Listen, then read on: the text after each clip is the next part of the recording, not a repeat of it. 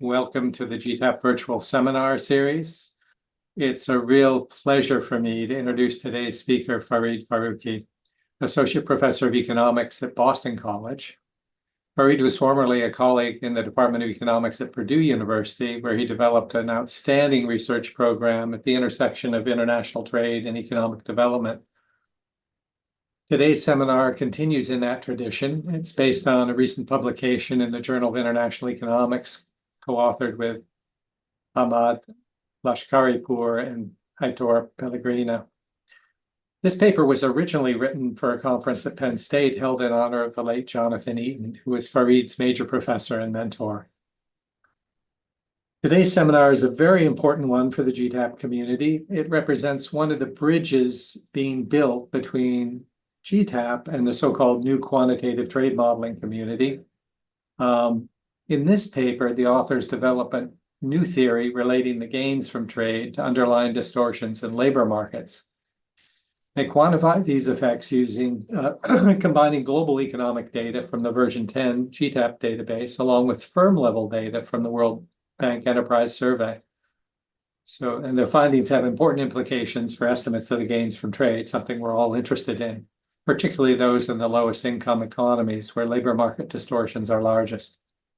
So this combination of macroeconomic data, global economic data from GTAP, and micro-level survey data, it's an exciting area and an important one for future research, I think, in our community. So throughout the talk, Ginger and I will monitor the chat. If you have questions of clarification, feel free to post them. Depending on timing, Farid may be able to take them as we go. Otherwise, he'll take them in the Q&A at the end of the talk. So without further ado, over to you, Farid. Thank you very much. I'll try to share my screen. Can you see my screen? Yep. Now go full screen and.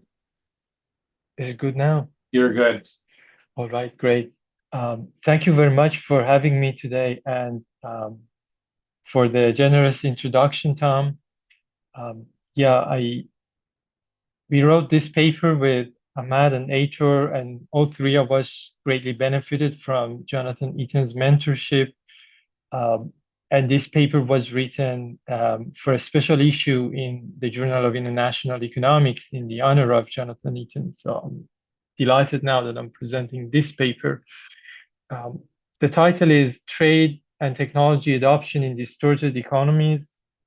As people in this room know better, many developing countries in the past few decades have opened up to trade and now significantly integrated in the global supply chain. And we have seen as a consequence of that emergence of large manufacturing firms that use modern technologies that use capital goods and intermediate goods intensively. So somehow unexpectedly, the rate of technology adoption has remained low despite these episodes of trade liberalization in some of these countries, not all of them. And also, this has coincided with the stagnation of aggregate labor productivity, particularly in some of the African countries, as documented in this paper, Diao et al. Also, Danny Roderick is here, and they document that in some of these African countries, after episodes of trade liberalization, aggregate labor productivity did not grow, and in some cases, in fact, it fell. So these are some unexpected outcomes where there were trade openness, but the result weren't as expected. And our reading of the literature is that there are two explanations of how we can make sense of those unexpected outcomes. One of them is the big push theory. You know about that. It's saying that, well, you need really large investment costs and you need sufficient market size so that all firms can use synergies in technology adoption. Some people, for example, mention South Korea's example as the big push theory. Another explanation is the appropriate or inappropriate technology thesis, which is to say that it is true that the global south might be provided by available technologies from the north, so-called global north, but these technologies might be not a good match and not appropriate for the supply of their factor endowments. If I want to place what we are trying to do here more broadly with respect to the literature, is that we want to deepen our understanding of these issues by providing another explanation, which is to say that firms that adopt these modern technologies, sometimes by means of trade or as a consequence of trade openness, they typically face higher distortions, particularly in the labor market. So let me just maybe give an introduction of how we are going to think about that, because my time is short, so it's good to have a short overview. To put that idea or to formalize that idea, we are going to write down a general equilibrium model of trade with technology choice. I had a paper with Aitor about trade and technology choice in agriculture, but here we want to think about manufacturing and also not in efficient economies, but economies that are subject to labor market distortions. And the thesis is really like to say that when these distortions are higher for firms that operate with modern technologies, and by modern technologies, I mean the type of technologies that intensive in the use of intermediate inputs or capital, then what happens is that when you open up to trade, adoption of modern technologies remains low because these firms face a lot of distortions. And also, despite trade liberalization and adoption of modern technologies, labor productivity gains remain low. So part of like what I'm going to show you today is just like to go over some theory and analytics and also like quantitative results to sort of provide more behind these claims. So I'll show you some analytical results from the model to shed light on the mechanisms. And as Tom mentioned earlier, as we bring the model to data, we are going to combine firm level data from the World Bank Enterprise Survey with country level data from GTAP database. And then we go over like a number of counterfactual quantitative questions all around this question to provide some answer to this question. So how do labor market distortions, and particularly through their interaction with technology choices of firms, alter the productivity gains from trade liberalization? So particularly we show that the welfare costs of labor distortions are significantly larger in low-income countries. And the interaction between technology choice and these labor market distortions play a very important role for quantitative results. And maybe the headline number is number 3 here, that these labor distortions erode a third of the gains for low-income countries, the potential gains from trade liberalization. Let me just like go over one slide or maybe 2 slides to provide some motivating evidence for the model that I'm going to present and the framework that I want to communicate with you guys. And so I have put together 3 bullet points here. And the first 2 are really like very well documented in the literature. The first one is that larger firms tend to use technologies or production technologies that are labor saving, but they use capital and intermediate inputs intensively. So they are intensive in the use of intermediates and not so much in the use of labor. And the second is that these large firms, if you look at like in the surveys or if you use econometric techniques, is that there are many regulations in different markets. Particularly for us, important is the ones that come from labor market. And these distortions or distortionary regulations particularly burden larger firms, not the small ones. One way to think about it, this is a very big literature, but a part of that I connect like more quickly is that in the developing world and many low-income countries, many of the firms work in the informal sector, and by doing so, they avoid facing these uh, distortionary regulations. But the moment you become large, then you are in the formal sector, and then you face those distortions. Anyhow, we use these WBS data that are firm level covering 100 plus countries. And like GTAP, the reason we like this is that it covers many of the low income or middle income countries. We want to provide some evidence on what we call as labor market wedges. And by that, I mean the difference between what firms, like any wedge in the economy, that's the difference between what you pay and somebody else receives. So there is that wedge between these two payments. In the labor market, this is the difference between how much firms pay to employ labor and how much those workers receive. And again, we are agnostic about the exact source of that wedge. But there is a literature providing more evidence. Also, toward the end of the talk, I can provide like some complementing evidence on like exactly what may explain these. But for now, let me just show you what we do. So we have like thousands of firms in many countries from WBS, and any firm for us is Omega. And we are going to cluster them into two bins that I'm going to use like traditional and modern technology beans. And when T is 0, that's traditional. When T is 1, is modern. But basically, this is like just I'm using language to just put label on these different firms. That's based on the size, which is like the larger firms, the size here is total sales.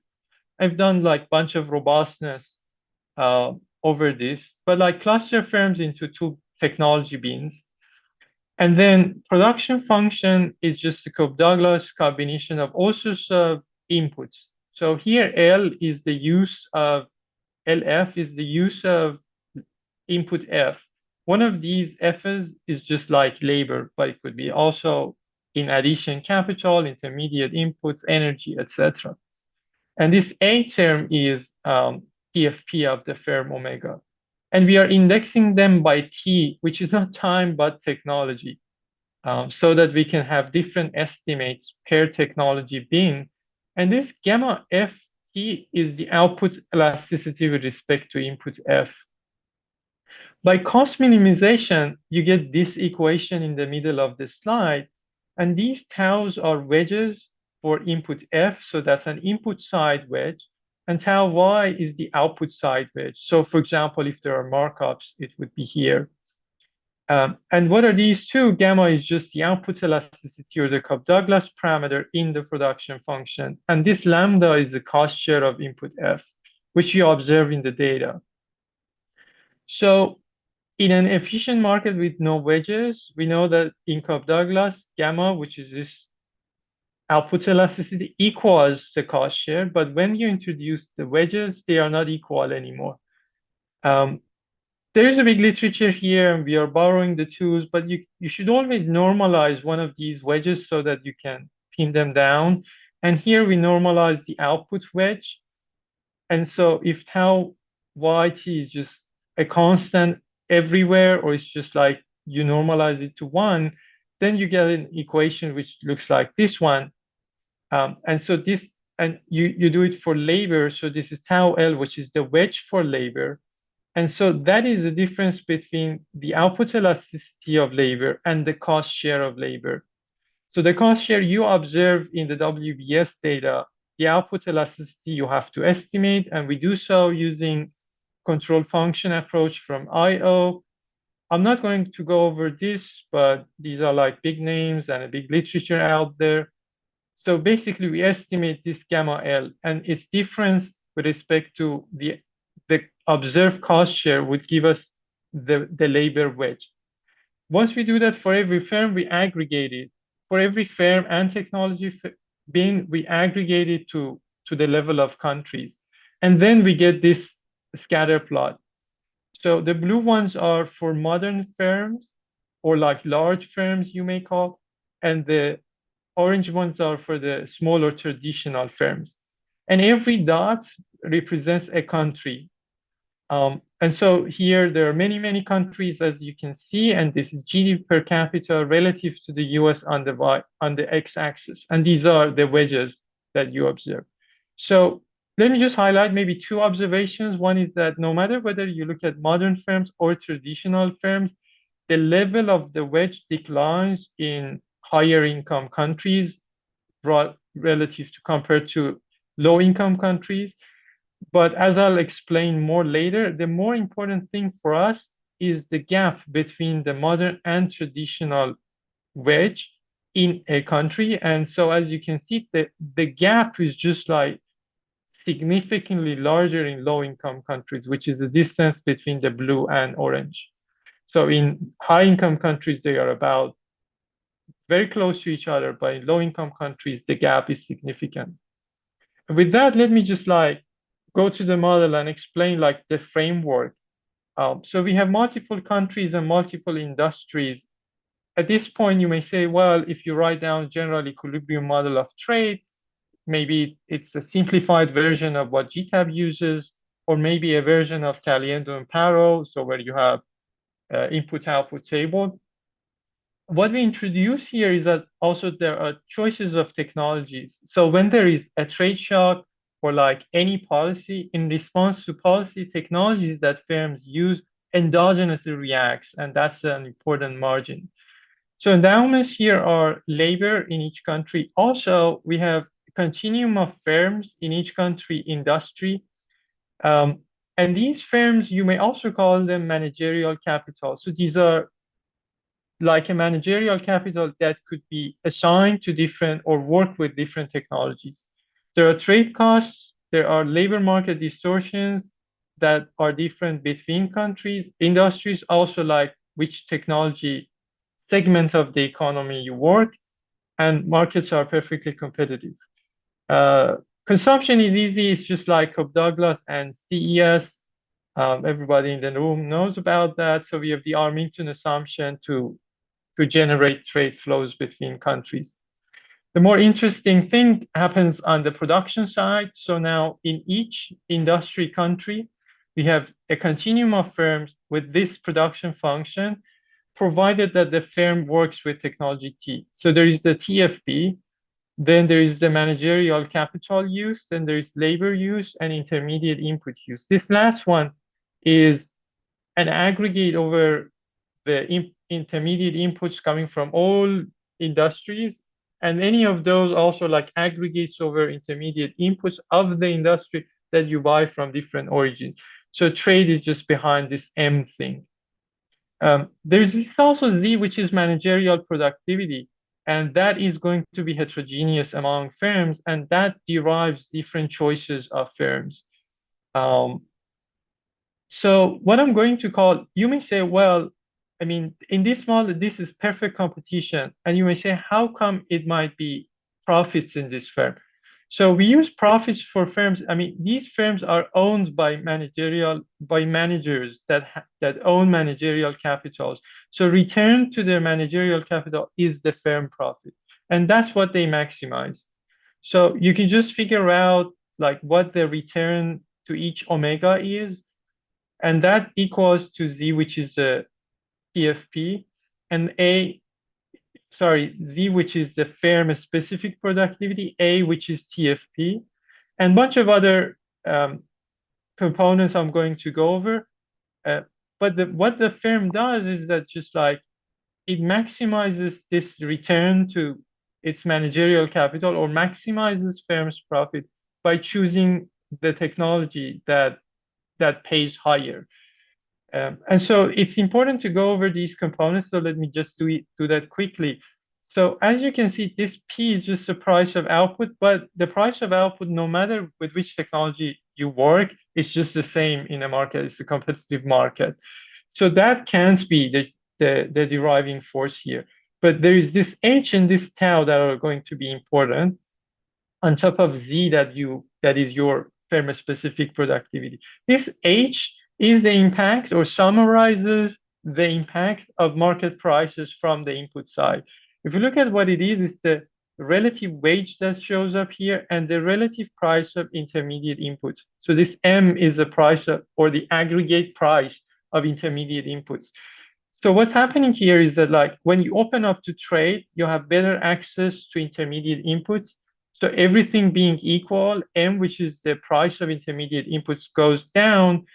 And so, and note the power here is negative. So that means that H goes up.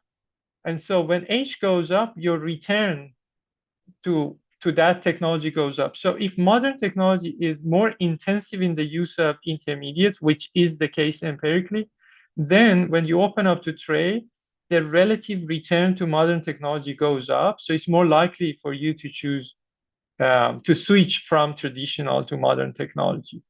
But there's also this tau here, or tau with an accent here, which is this guy, and that summarizes the impact from labor market wages. So all these terms are interacting here. At this point, if you assume that this Z term, which is heterogeneous among firms, has a Frechet distribution with dispersion parameter theta, and I'm happy to bring Frechet here because Jonathan and Sam and Jonathan in their Eaton and Cordham used that for the first time in trade models. And so we are applying those tools here to the technology choice. So if you just have that, then here you have a discrete choice. Every omega has a discrete choice. Now you aggregate up to the level of industry and you get these share equations or aggregate equations. So this is now the share of firms that choose technology T, which is either traditional or modern. And you see like all these terms that I was talking about, they show up here. Z you have aggregated over, so it disappears. And so these terms are here. So the H term I was talking about, like impact of trade and all that. But the extent that they are going to be effective is governed by this parameter theta, which is the dispersion parameter in Frechet, which shows up as what we call the technology elasticity. The technology elasticity because it shows up in the technology share equation.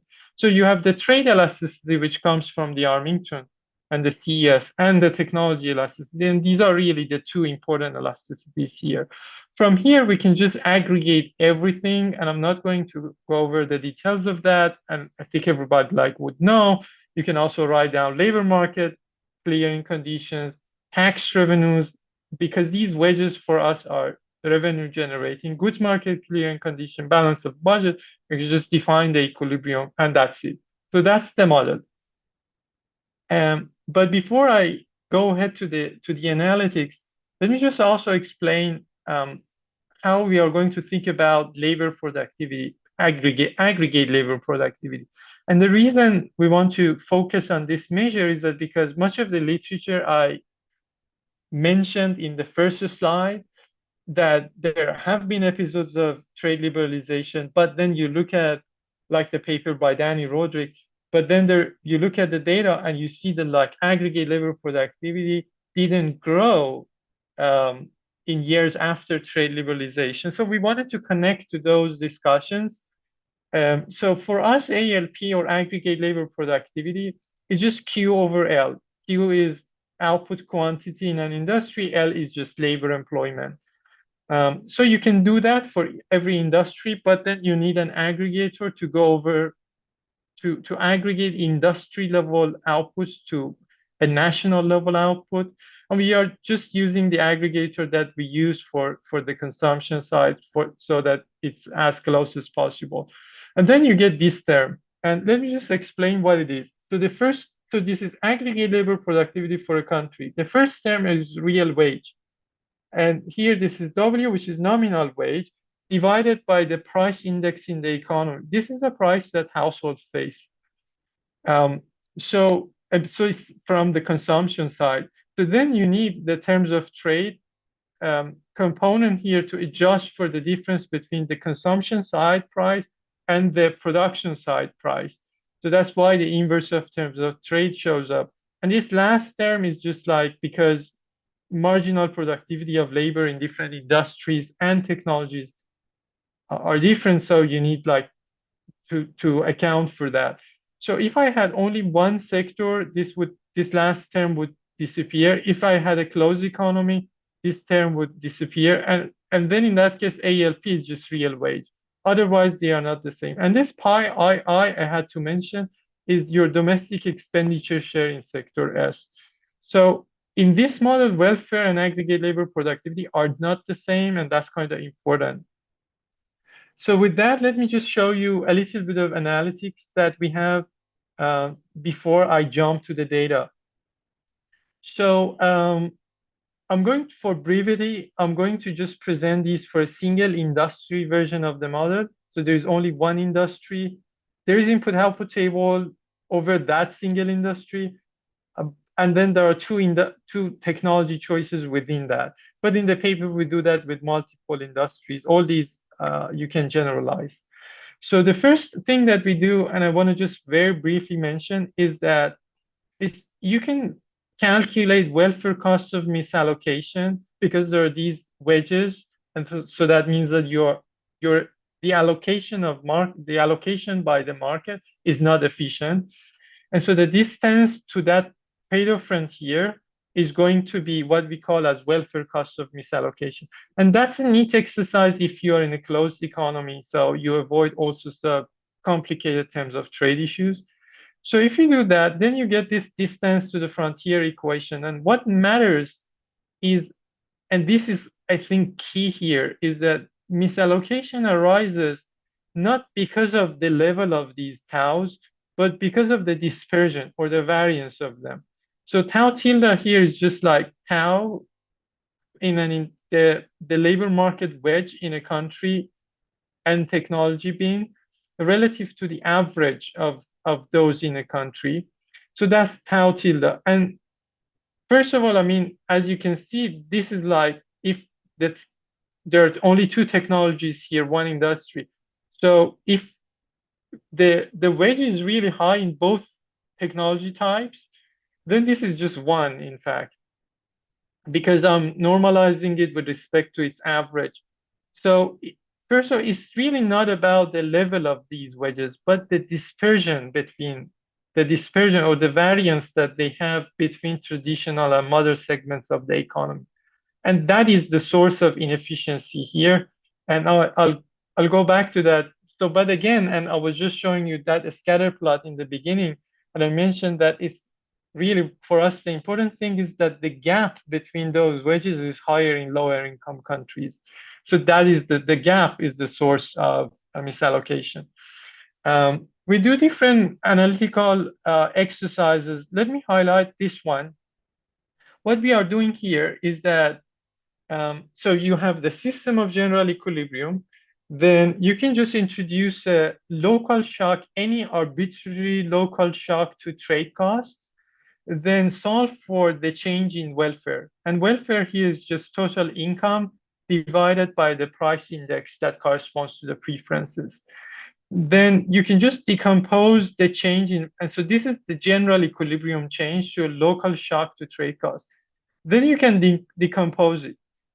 There are many different ways to decompose that, but kind of like the referees wanted us to compare it to the ACR, which is Arkolakis, Costino, Rodriguez, Clare paper, because they have this sufficient statistic approach. So if I didn't have these wedges and technology choices, then the change in welfare is very well studied in the literature, and that's just the first term. And you see this 1 minus sigma is the trade elasticity that shows up. 1 minus gamma is the value added share in the economy, and the change in domestic expenditure share becomes the sufficient statistic for the welfare change. However, we have these two other terms. Let me particularly highlight this second one, which is the change in allocative efficiency, because you are not in the Pareto frontier. Your distance to Pareto frontier is going to change when trade costs change. And so that's the second term. That's what it's saying. And here what it says is that you see this is the covariance between the changes in employment and those normalized wages. So what it says is that the contribution of the change in allocative efficiency to welfare is going to be positive if when you do this trade openness, trade reallocates workers toward the high tau firms, which are those firms that are subject to those higher labor market distortions. So the economy in the status quo is just not allocating resources efficiently. And trade happens to help efficiency if it reallocates workers toward those modern firms. And I'm saying modern firms because empirically, those are the high tau firms. In addition to these two terms, there's also this third term because we have these technology choices and there's the selection effect and the average productivity of firms changes, even controlling for these two components. And that's why we have the third term. You can do this exercise for also the measure we had for aggregate labor productivity. This is not exactly the same equation as this one for welfare. And the reason is because aggregate labor productivity is not welfare because the value part of the gross output is value added, but the other part goes to the input output table. And so that other part you have to take into account in like how gross output per employment is going to be calculated here. But the terms like kind of like the intuition behind what I just said about welfare to some extent carries over this case. So just remember these equations, and I'm going to try to put some numbers on them. But before doing that, I want to bring the model to data. So we have a sample of 99 countries plus one rest of the world. Then 14 industries, 11 manufacturing, and 3 non-manufacturing. Part of the choice is just because we want to merge the WBS and GTAP, and the merge between the coverage over countries and industries is not exact. So that's kind of like how we came up with the merge. And the exercises I'm going to do is that like I compute counterfactual outcomes in reaction to different scenarios of trade policies. And as I mentioned earlier, country level aggregates are from GTAP version 10. This is, if I'm saying it correctly, that's the year 2014 data. Then we get trade shares, expenditure shares, and these pies are input the share of expenditure in industry S on industry S prime in the intermediate use. And WBS is just World Bank's enterprise survey, which I mentioned earlier. And we estimate these gammas and recover these taus from WBS. So this is like a summary of how we quantify things. The trade elasticity is 3. This technology elasticity, we borrow it from my work with Ator. This is for agriculture, really, like we have estimated it there. Here we didn't estimate it, but we do robustness over that. And as I mentioned, we just use GTAP and WBS for the rest of parameters.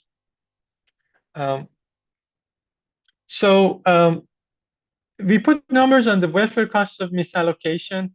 And one thing I want to highlight is that they are 6 times higher in low-income countries than in high-income countries.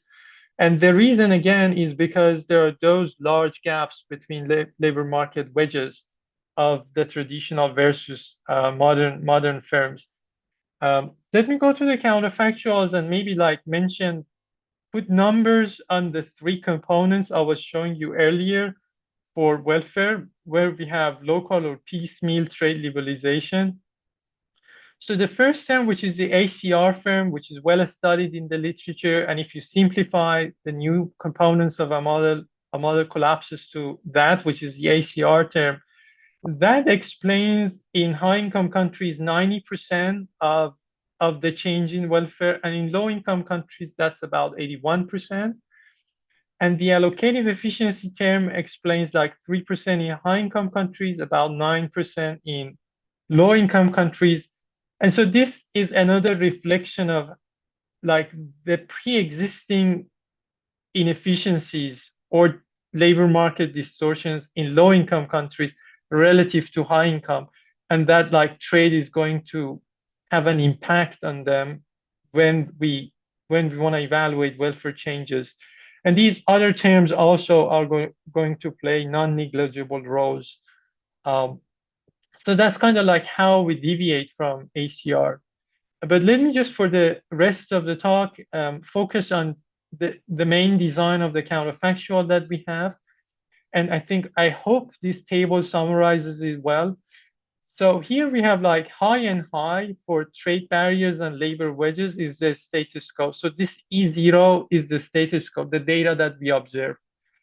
Then what we want to do is just like, we want to have a scenario of trade liberalization. And we just say, well, trade liberalization, let's say that's 20% reduction in trade costs, but in two different environments. One of them is with high distortions, which is like existing distortions as we observe in the data or estimate in the data. And that's a move from E0 to E1. But then you can like eliminate those distortions. And once you do so, you go to a new equilibrium, E prime 0, but then trade costs are high. And then you go from high trade costs to low trade costs. That would be E prime 0 to E prime 1. So basically, the counterfactual is 20% reduction in trade costs for economies with distortions versus economies without distortions. And so we want to compare the outcome or the impact of trade liberalization in scenario 1 with respect to scenario 2, distortions or no distortions. And so this is a summary of the results. Let me just highlight the impact on aggregate labor productivity. So with distortions, the impact of trade liberalization on aggregate labor productivity is 4.2%. Without distortions, that's larger, 6.5%.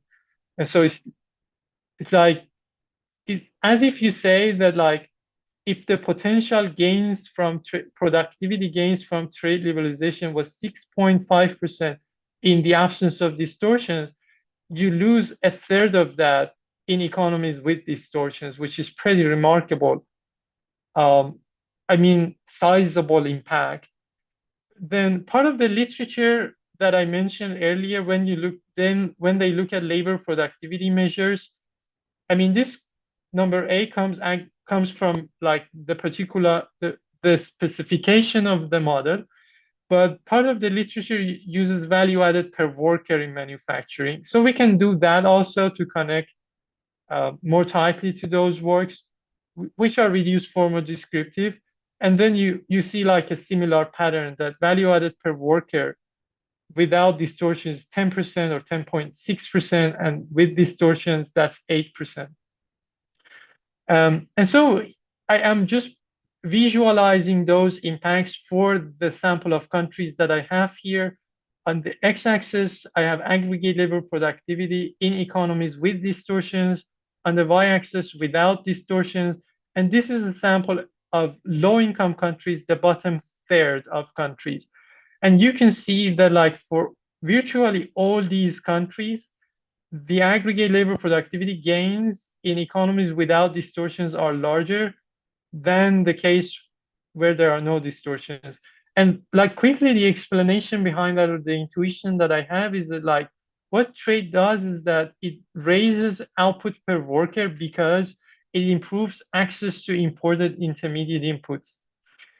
In other words, it reallocates resources, whether managerial capital or important for us here, labor, toward modern technologies that are intensive in the use of tradable intermediate inputs. So they become cheaper when you open up to trade, and the economy just reallocates resources toward these technologies. And so you have better access, so per worker you can produce more, so labor productivity goes up.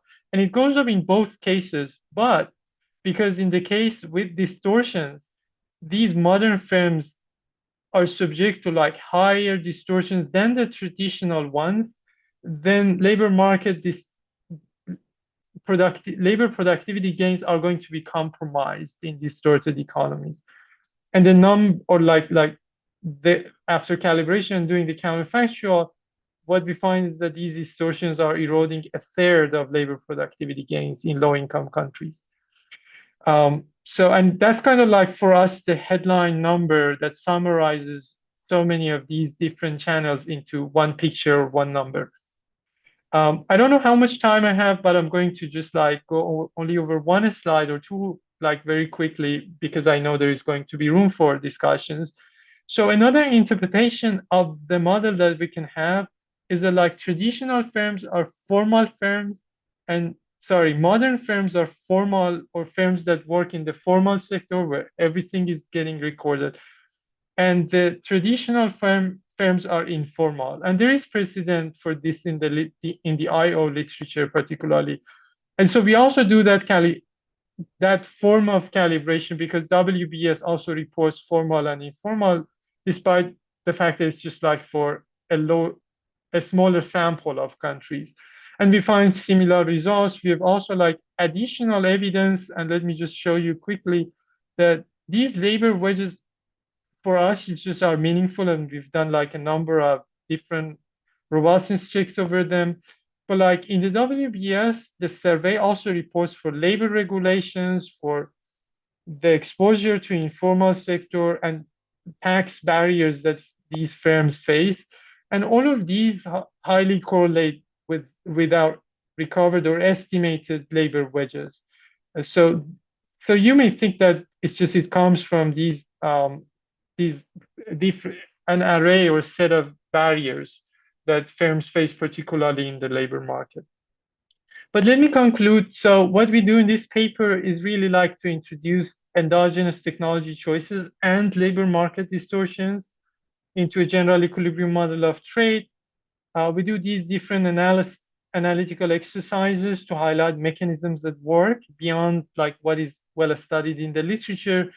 And the quantitative takeaways is that labor market distortions and their interaction with technology choice contribute to low adoption of modern technologies, and why also after trade liberalization, labor productivity gains are not as large as the case in the economies without distortions. And already we've been thinking about extensions, particularly distributional impacts. In this model, you could have more than one factor of production. Other forms of inefficiencies, particularly those in the capital market, and also endogenous distortions, because here the wedges for us were all exogenous. That's all. Thank you very much. And I'm more than happy to have more conversations about this. Thanks, Fareed. A great tour through this paper in very short time, but I thought it was a very clear presentation. Thanks. Let me just get things going with a question for you. So you've often used other databases in the past, WIOD and whatnot, for your work. Why did you choose GTAP in this case? And then one of the rich things about the GTAP database, of course, is that it's fit together with all of these other kinds of distortions, both tariffs, but also domestic subsidies and taxes and whatnot. Could you exploit those as well here? How would they fit in? Could you talk a little bit about how the data and theory come together there and your choice of this database? Yeah, sure. First, I mean, thank you for providing the GTAP data to me. I mean, I think it's just like, if you're working with like European countries or like OECD countries, as you said, WIOD or some other databases, also they have an okay coverage. But if you are so much concerned about the low income or middle income countries, and that was kind of like the reason we chose GTAP, is that they don't have a good coverage over lower middle income countries. And that was kind of the key point in this paper for us. And the WBS, in fact, it doesn't have a really good coverage over OECD. But the point is that it has a very good coverage over developing countries. And the role of potentially bringing to bear all of these other distortions that are well characterized within the database. Presumably, they would also interact. Yeah, that is right. I mean, the reason we didn't use the other wedges from GTAP. I've used the tariff data from GTAP in the past in other works, but the reason we didn't do that, like I know there are many different wedges, as you said, production subsidies as well, uh, was twofold. One was that we just wanted to highlight one distortion here and learn the mechanics of it in a general equilibrium model. And that was like sort of the goal here. So we didn't want to bring like, because then things get more complicated. Uh, but the other reason was because I wasn't sure, and maybe I should have asked, but I wasn't sure what among the wedges that GTAB reports, which of them are data, which is like as we observe in the original data sets, and we like maybe tariffs, or and which of them are the data that have been manipulated because there is a big accounting exercise there. Um, That's a good point. I see Angel on board here. Angel, do you want to respond to that? Certainly the tariffs are observed and the domestic subsidies and typically and taxes come out of the input-output databases as well as from the OECD, but that's an important point. I don't know whether Angel wants to respond to that.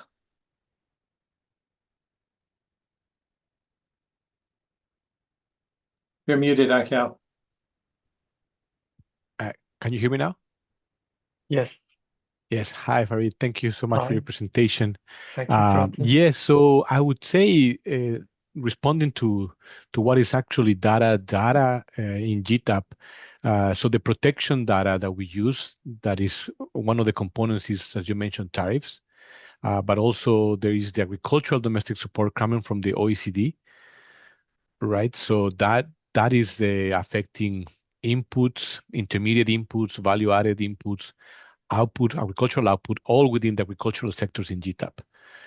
So that would be relevant. Export subsidies coming from the WTO, again, for agricultural sectors, when the WTO receives the reports from the countries, that would also be based on data. Anything else that is in GTAP is coming from the input-output tables, and then, yes, you would have like, okay, input-output tables from different years. Those are preserved, right? I mean, the GTAP consistency work is about reaching the reference year of the GTAP database, but the implied taxes are coming from either the input-output tables or these other data inputs that we retrieve from international sources. For energy, there's again coming from the International Energy Agency, energy subsidies. Well, in the latest, not in the one that you use, but in the latest would have energy subsidies coming from IMF and International Energy Agency, as I mentioned. So there's a few other things that we are building into the GTAP database that could be exploited, as Tom mentioned. Yeah, in fact, just to underscore that point, I mean, what gets the most scrutiny from the GTAP advisory board, all those consortium members, WTO, World Bank, OECD, et cetera, it's these wedges. They are heavily scrutinized. So some of the other aspects of the database may have changed to fit together, but I think it's something to exploit more fully in the future, Farid. Yes, and sure, yeah. So, and I am eager to use those. Um, maybe if the opportunity comes up, I can reach out to you or the team more generally with more specific questions about how would be best to use them. Great. Other questions from the audience? Feel free to come off mute. It's not that large a group. Okay, Erwin, I see a question from you. What do you want to come off mute and just contribute? Yes, thank you. Thank you, Farid, for the excellent presentation. I like your framework, especially the decompositions that you do. Thanks. I might implement them at some point in the GTAP model. So my question is, and this goes to the own country distortions, those tax wedges in the domestic market that at the moment you are not accounting for. So do you think these own country distortions distort much of the technological much of the technology that developing countries have? This is because developing countries have more distortions, right? That interact with their development or expansion of output compared to developed countries. So if I understand what you're saying correctly, is that, otherwise, please correct me, is that there are other distortions on the output side, maybe in the capital market. Yes. For trade, it's very easy to just embed them in the model, and if they are tariffs or export subsidies, we already have them, but just like we did it with the iceberg because it was just much more transparent. But those other own domestic subsidies and taxes, we could introduce them, but then, like, let me just say, like, where we come from. So for example, take capital. One thing we weren't sure was like how to reconcile the data in GTAP or any other input-output table and the WBS so that we can get measures of capital that we are confident about in the production function. So that was kind of like a data limitation for us. But I agree with you, and that's why I was just saying that we are already thinking about extensions, and one of them is in fact like other forms of inefficiencies in other markets, particularly in the input side, which is capital, because I know there are also many papers highlighting that, or on the output side about markups. But the reason that we didn't include them was partly because we wanted to highlight one distortion that was more related to the story and the narration I was trying to present today. And the other is just limitation in the data. Okay, thank you, Farid. Sure.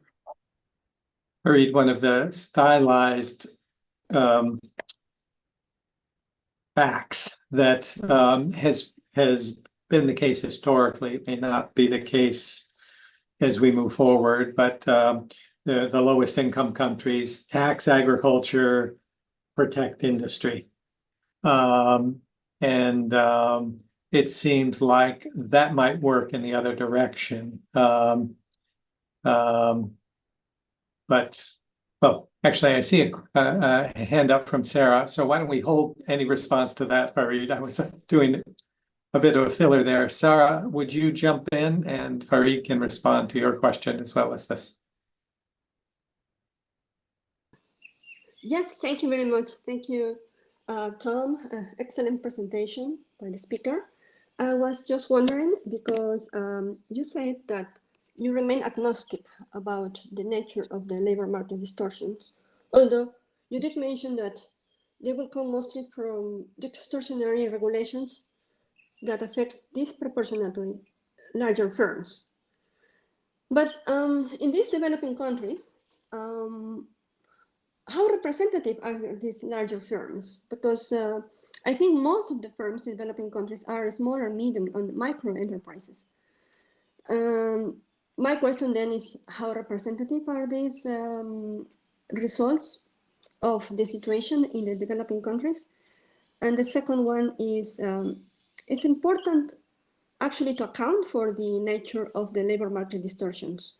One would think that they come from, of course, regulations in the labor market, but usually those regulations are abided by countries, in developed countries, not developing countries. And our big problems in developing countries like Latin America is that there is a lot of informality.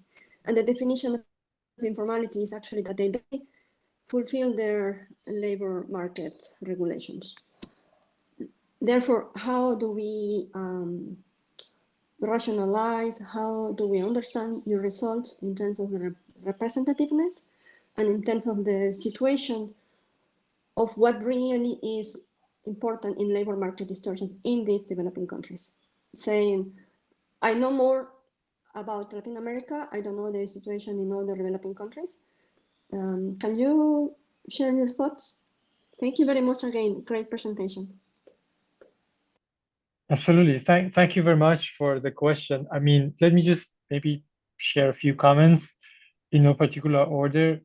Is it like we are not completely agnostic about the nature of them? They are revenue generating for us.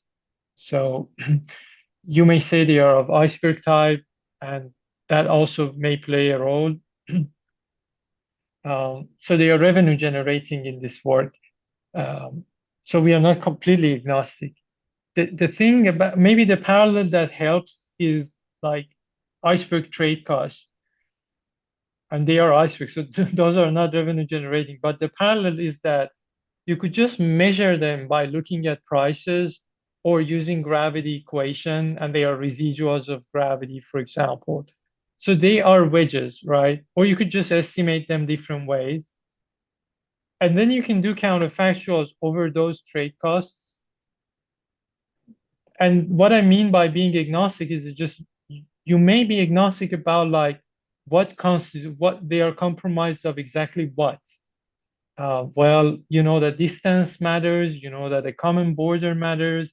You look at those correlations, as I was also showing you the correlations, but the model is agnostic about whether they are search frictions, like for example, in international export markets, whether they are, I don't know, like it's a big literature. David Holmes in Purdue has a paper that like time as a trade barrier. So there is this big literature behind like what those trade wedges or trade costs are. And there is not just one single of them. There is like a set that explains them. A similar situation, I think, applies here and to my comment that we just estimate these wedges. And for the operation of general equilibrium, I mean, for impartial equilibrium, it really doesn't matter. For the operation of GE, it just matters that they are there and they are accounted in the accounting exercise of the counterfactuals.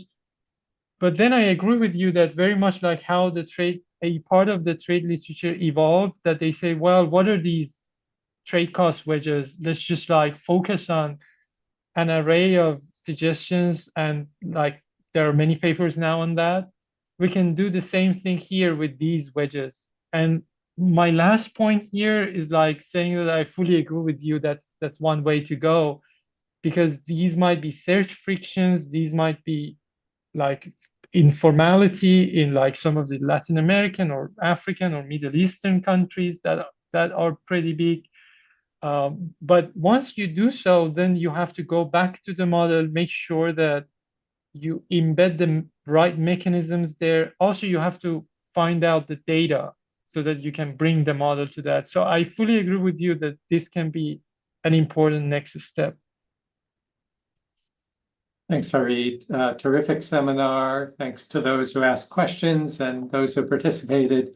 We're at the top of the hour. We need to wrap this up now, but please join me in thanking Farid for taking the time to share this very interesting work. Thank you, Farid. And thank you very much for having me. I was delighted to present. For those who didn't pick up on this, this is in the summer issue of the Journal of International Economics, so you can read about it there. Okay, thank you, Farid. Look forward to more great work from you. Thank you very much. Look forward to more interactions. Bye, everybody.